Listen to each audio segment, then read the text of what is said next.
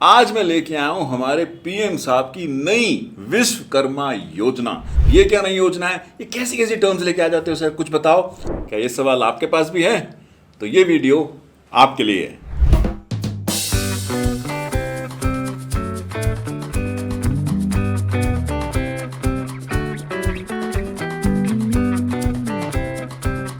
Hi everyone, a very warm welcome to my channel. आज की Sunday express फिर से आ गई है, तो जो सोए हुए हैं फटाफट से जाग जाएं, बिकॉज आज हम शुरू करने वाले हैं एक और फाइनेंस का टॉपिक, और वो भी हम ऐसे ही समझ जाएंगे, बिकॉज हम यहाँ पे कोई टेक्निकल बात तो करते हैं ही नहीं। आज मैं लेके आया हूँ हमारे पीएम साहब की नई विश्वकर्मा योजना, जो अभी अभी वो लेके आए हैं, जिसके बारे में हम सबको शायद पता होना चाहिए, बिकॉज हम सब के साथ जितने सारे लोग जुड़े हैं ना, इनको बहुत सारा फायदा हो सकता है इससे। कैसे सर? ये क्या नई योजना है? ये कैसी कैसी टर्म्स लेके आ जाते हो सर, कुछ बताओ। आ रहा हूँ भाई, अभी बात करूंगा इस बारे में, बट मैं आपको पहले बताता हूँ ये मैं लेके क्यों आया यहाँ पे। मेरे ना ऑफिस में काफ़ी सारे डोर्स की ना प्रॉब्लम चल रही है, तो काफ़ी सारे डोर खुल बंद नहीं हो रहे हैं, तो प्रॉब्लम होती है। तो मुझे था कि मैं किसी कारपेंटर को बुलाऊं तो ठीक कराऊं। तो हमारे जो रेगुलर एक कारपेंटर हैं जो हमारे यहाँ काम करते हैं, मैंने उन्हें फ़ोन लगाया। मैंने कहा भाई ज़रा आओगे, ज़रा देखोगे, कुछ डोर्स में प्रॉब्लम आ रहा है, कुछ देख पाओगे? उसने बोला नहीं सर, मैं ना आजकल थोड़ा बिजी चल रहा हूँ। मैंने कहा भाई कहाँ बिजी चल रहा है? काम दे रहा हूँ, आएगा नहीं? उसने कहा नहीं सर, थोड़ा बिजी हूँ, अपनी ना दुकान बना रहा हूँ। मैंने कहा यार वाह पवन, तेरा बहुत पैसे आ गए हैं, तू अपनी दुकान बना रहा है? कह रहा हाँ सर, अब ना बहुत हो गया था, तो मैंने ना अब लोन ले लिया। मैंने कहा तेरे को भाई लोन दे दिया? कहाँ से लिया लोन? कह रहा सर मैंने ना पीएम विश्वकर्मा में लोन लिया है, ये जो योजना आई है ना, इसके अंडर जाके मैंने लोन लिया है, और फटाफट से ना मैंने एक रेंट पे दुकान ले ली है, और अब मैं ना दुकान से ही काम करूँगा। सर मैं आपके पास आऊँगा ज़रूर, आपको मना नहीं करूँगा, बट सर पहले ना मेरी दुकान सेट हो जाने दो। वहाँ से ना मुझे लगा कि ये जो योजना है ना, इसके बारे में समझना भी बनता है और समझाना भी बनता है। And that is the reason I am here my friend, to share with you कि योजना है क्या, इसका फ़ायदा बहुत सारे लोग उठा कैसे रहे हैं, और ये जो फ़ायदा है आप अपने जानने वालों तक कैसे पहुंचा सकते हो। तो चलें बात करें। रिसेंटली सेंट्रल गवर्नमेंट एक स्कीम लेके आई विच इज़ पीएम विश्वकर्मा योजना। इसका जो ऑब्जेक्टिव है ना, वो ये है कि बहुत सारे जो ऐसे अनऑर्गेनाइज्ड सेक्टर हैं, हमारे बहुत सारे ऐसे भाई लोग हैं जो हाथ का काम करते हैं और बहुत अच्छा काम करते हैं, जैसे कि कारपेंटर हो गए। मैं भी बताऊंगा, बहुत सारे इन्होंने चीज़ें बताई हैं स्कीम के अंदर जिन्हें फ़ायदा पहुंचेगा। ये लोग जो बहुत ही अनऑर्गेनाइज सेक्टर में काम करते हैं और बहुत अच्छा काम करते हैं, बट क्योंकि ये सेक्टर अनऑर्गेनाइज्ड है, तो इन लोगों को पैसे की कोई भी हेल्प कहीं से नहीं हो पाती है, जिस वजह से ये लोग शायद ऊपर नहीं आ पाते हैं। तो kudos to our PM that he really thought about them in terms of helping them and coming up the curve and doing something which is something relishing for everyone. He really want to support all of these people by helping them at each and every point. तो उनकी training के time पे भी उन्हें help हो सके, उनको काम मिलने के टाइम पे भी उन्हें हेल्प हो सके, और उन्हें काम मिलने के बाद अगर वो कुछ अपना काम शुरू करना चाहते हैं तो वहाँ भी उन्हें हेल्प हो सके। तो ये सारी चीज़ों को मद्देनज़र रखते हुए हमारे पीएम साहब इस स्कीम को लेके आए हैं। तो चलो इस स्कीम के बारे में समझते हैं। ये स्कीम है इफेक्टिवली, अगर मैं इसका टोटल बजट का अमाउंट बताऊं तो 13,000 करोड़ की स्कीम है, जो 5 फाइनेंशियल ईयर में एप्लीकेबल होगी। इफेक्टिवली 5 फाइनेंशियल ईयर वो कवर करना चाह रहे हैं। बिल्कुल ठीक है सर, समझ में आता है। अगर मैं इसकी एलिजिबिलिटी की बात करूं तो इसकी एलिजिबिलिटी अगर मैं जस्ट स्कीम के परस्पेक्टिव से बोलूं तो वो आर्टिजन्स और क्राफ्ट्समैन के लिए लेके आए हैं, बट इसकी डेफिनेशन में बहुत सारी चीज़ें इंक्लूड हैं, हम अभी फटाफट से उसको कवर भी करेंगे। इसकी इंटेंशन ये है कि हम 30 लाख फैमिली को कम से कम 5 साल में सपोर्ट कर सकें, हेल्प कर सकें।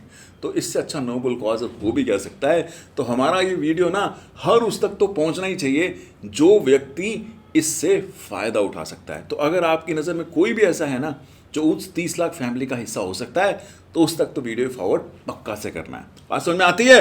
बिल्कुल आती है। अच्छा, ये कहते क्या है?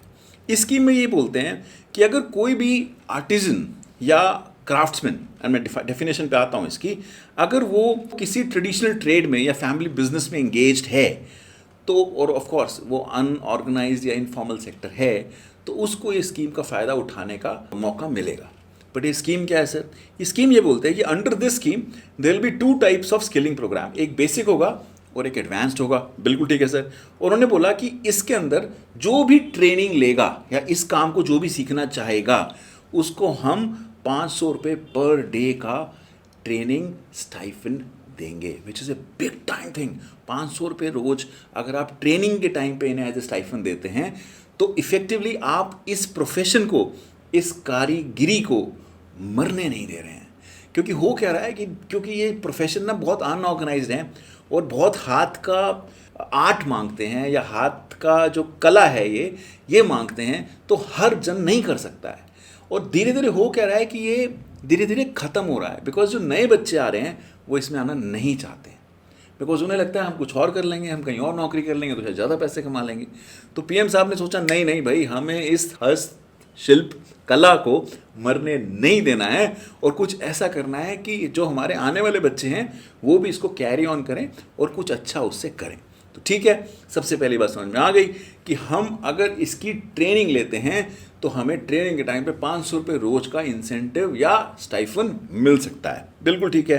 इन्होंने एक और चीज़ बोली कि अगर कोई जो बड़े परिपक्व हैं, जो जिन्हें ये काम आता है, जैसे कि मेरा कारपेंटर हुआ, जिन्हें काम आता है और काफ़ी टाइम से वो सीखते आ रहे हैं और उन्हें कुछ अपना काम करने के लिए अगर कुछ लोन चाहिए तो उन्होंने कहा हाँ भाई, हम वहाँ खड़े हैं, आपके पास अगर कुछ गिरवी रखने को नहीं भी है तो हम आपको लोन देने के लिए तैयार हैं, और वो भी बहुत ही कम रेट पे। उन्होंने कहा हम सबसे पहले आपको पहली ट्रांच के अंदर 1 लाख रुपए का लोन दे देंगे, 5% पे देंगे और हम आपसे कोई सिक्योरिटी भी नहीं मांगेंगे, और जब आप ये दे दोगे तो हम आपको दूसरी ट्रांच भी दे देंगे विच इज़ 2 लाख रुपए। तो 2 लाख रुपए और दे देंगे और वो भी इतने ही इकोनॉमिकल रेट ऑफ इंटरेस्ट पे देंगे और वो भी बिना सिक्योरिटी के। तो ये एक बिग टाइम थिंग है। Of course my carpenter took the benefit of it. आप भी इस बारे में ज़रूर से सोच सकते हो।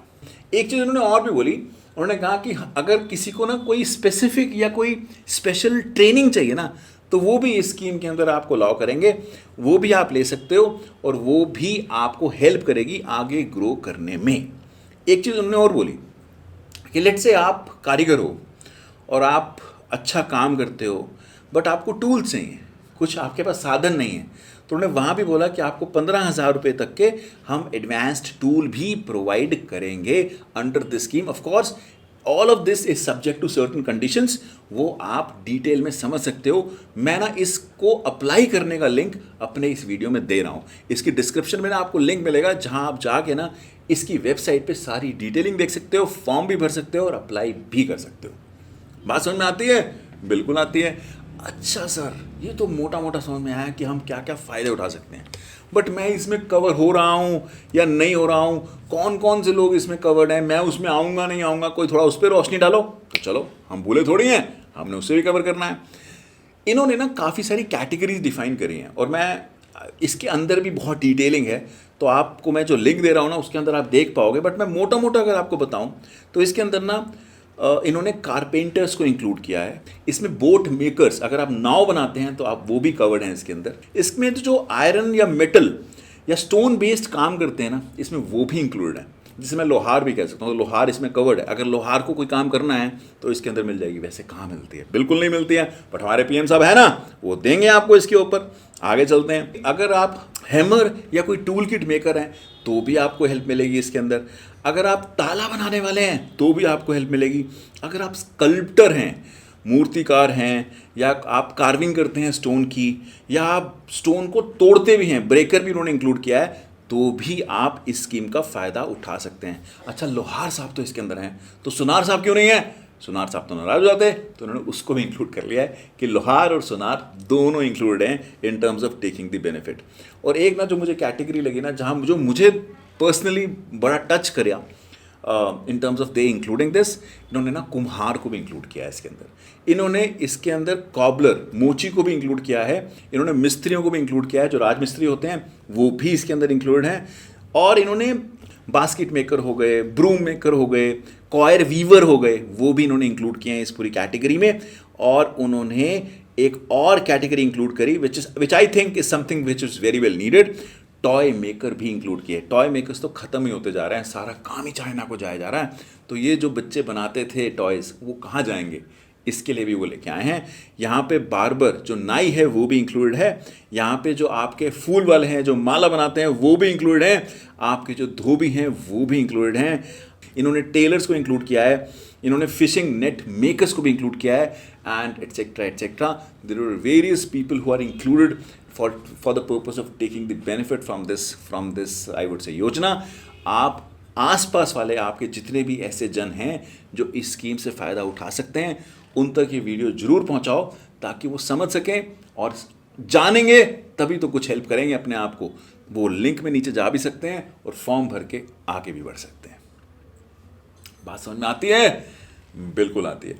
आज की संडे एक्सप्रेस में ना इतना ही डिस्कशन करना था मुझे इफेक्टिवली इस नई स्कीम के बारे में आके बताना था, तो कि मुझे ऐसा लगा कि जब मेरे को मेरे कारपेंटर से पता लगा है और वो हेल्प ले रहा है, वो सपोर्ट ले रहा है सरकार की, तो और कोई क्यों ना ले।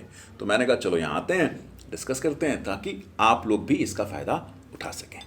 अगर अच्छा लगा वो वीडियो तो एक लाइक तो बनता ही है, और शेयर करने की बात तो हमने पहले ही कर दी है, तो शेयर तो सर हमने कर ही दिया है। I'm loving you, my friend, for that, because that is something one should surely do as a moral duty for all of us, कि हम ऐसी कोई इन्फॉर्मेशन जो किसी को हेल्प कर सकती है तो उस तक तो जरूर पहुंचाएं। I'll see you again in the next one. Till then, this is Pankaj Tingra signing off.